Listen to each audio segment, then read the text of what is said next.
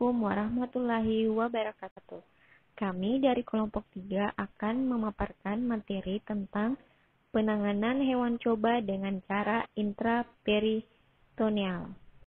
Di sini saya akan menjelaskan tentang hewan coba. Hewan coba atau hewan laboratorium adalah hewan yang sengaja dipelihara dan diternakan untuk dipakai sebagai hewan model, dan juga untuk mempelajari dan mengembangkan berbagai macam bidang ilmu dalam skala penelitian atau pengamatan laboratorik. Animal model atau hewan sebagai imitasi manusia atau spesies lain yang digunakan untuk menyelidiki fenomena biologis atau patobiologis. Alasan digunakan hewan coba yang pertama yaitu untuk meningkatkan pemahaman ilmiah. Yang kedua, sebagai model untuk mempelajari penyakit. Yang ketiga, untuk mengembangkan dan menguji terapi potensial. Keempat, untuk melindungi keselamatan orang, hewan, dan lingkungan. Kelima, biaya relatif murah. Dan yang terakhir, untuk mendapatkan informasi yang lebih mendalam dari penelitian yang dilakukan, karena kita dapat membuat sediaan biologi dari organ hewan yang digunakan. Pengertian mencit, di mana hewan mencit atau Mus musculus adalah tikus rumah, biasa termaksud ke dalam ordo Rodentina dan famili Muridae. Mencit dewasa biasa memiliki berat antara 25 sampai dengan 40 gram dan mempunyai berbagai macam warna. Mayoritas mencit laboratorium adalah strain albino yang mempunyai warna bulu putih dan mata merah. Mencit atau Mus musculus termaksud famili Muridae, subfamili Muridae, ordo Rodentina, dan kelas Mamalia. Mencit berukuran kecil yang panjang totalnya kurang dari 180 mm dengan berat 10 sampai 21 gram. Hidung runcing, ekor sama atau sedikit lebih panjang dari kepala, berambut 70 sampai 110 mm. Telinga berukuran 15 mm atau kurang.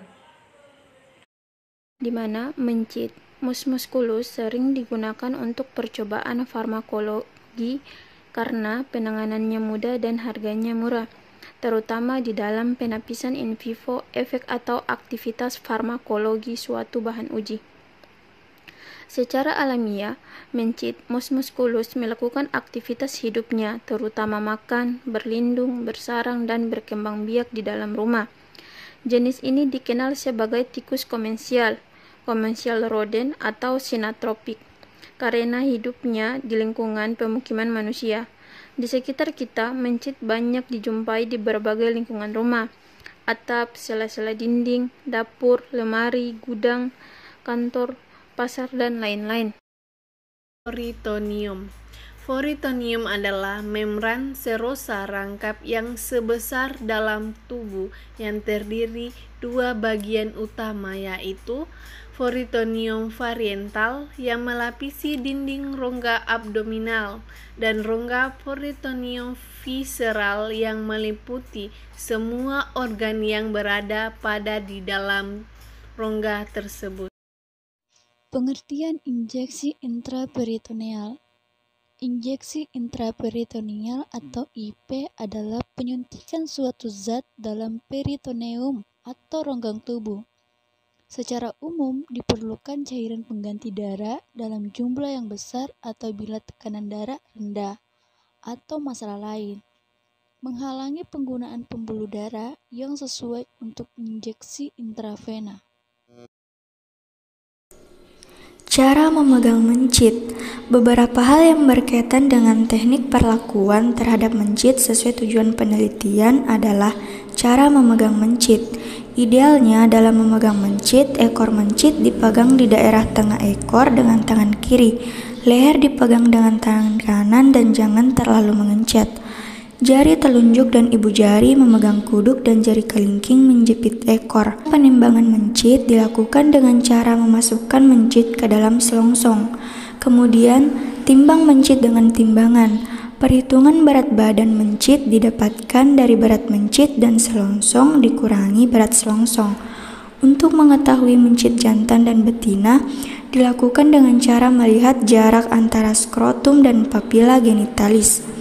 Jika jaraknya dekat adalah mencit betina, jika jauh adalah mencit jantan. Proses handlingnya adalah mencit dipegang dengan benar, diletakkan di atas meja atau ram kawat, punggung sedikit ditekan kemudian mencit atau ekor diangkat dan dilengkungkan ke belakang. Cara pemberian secara intraperitoneal terhadap hewan coba mencit atau mus musculus. Cara pemberian yang paling sering digunakan untuk administrasi larutan atau suspensi pada mencit adalah injeksi subkutan, intraperitoneal, atau intravena. Pemberian intraperitoneal adalah rute yang paling umum digunakan karena tekniknya yang sangat mudah. Besarnya luas permukaan, rongga peritoneal, dan banyaknya suplai darah memungkinkan laju absorpsi yang lebih cepat. Laju absorpsi rute ini biasanya setengah atau seperempat kali kecepatan absorpsi intravena.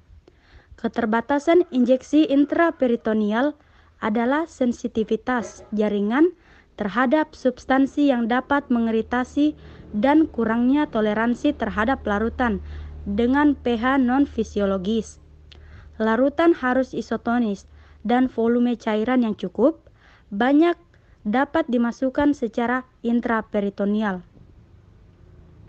Mencit biasanya dipegang dengan cara posisi supinasi dengan ujung posteriornya sedikit ditinggikan atau kepala diturunkan sedikit lebih rendah dari badannya. Jarum dan siringnya harus dijaga agar hampir paralel dengan kolumna vertebralis untuk menghindari penetrasi organ viskera. Jarum dimasukkan dengan sudut 10 antara jarum dengan permukaan abdomen pada kuadran bawah abdomen. Maksimal volume larutan yang dimasukkan secara intraperitoneal adalah 3 mili dan ukuran jarum yang direkomendasikan adalah G. Adapun alat dan bahan yang digunakan pada percobaan ini yaitu A. Alkohol, B. Air suling, C. Asam pikrat, D. Kapas, E. Kanula, F. Mencit atau mus musculus, G. Na, C. MC 1%, H. Seperangkat alat bedah, I. Spoid injeksi, dan J. tisu. Prosedur kerja. Pertama, disiapkan alat dan bahan yang akan digunakan. Kedua, dikeluarkan mencit dari kandangnya. Ketiga, ujung ekor mencit diangkat dengan tangan kanan. Keempat, ekor dililitkan dengan menggunakan jari-jari tangan. Kelima, dipegang tenguk leher mencit, pegang bagian kulit mencit di leher atas mencit dengan menggunakan 2 jari. Keenam, jepit tenguknya seerat mungkin dengan ibu jari dan telunjuk. Ketujuh, dipastikan mencit tidak kebalik pada saat diberikan perlakuan. Dan yang terakhir, secara intraperitoneal, penyuntikan dilakukan pada perut sebelah kanan garis tengah. Jangan terlalu tinggi agar tidak mengenai hati dan kandung kemih. Hewan dipegang pada punggung agar kulit abdomen menjadi tegang. Pada saat penyuntikan, posisi kepala lebih rendah dari abdomen. Suntikan jarum membentuk sudut 10 derajat, menembus kulit dan otot masuk ke rongga peritoneal. Itulah pemaparan materi yang telah dijelaskan oleh kelompok kami dan semoga bermanfaat. Assalamualaikum warahmatullahi wabarakatuh.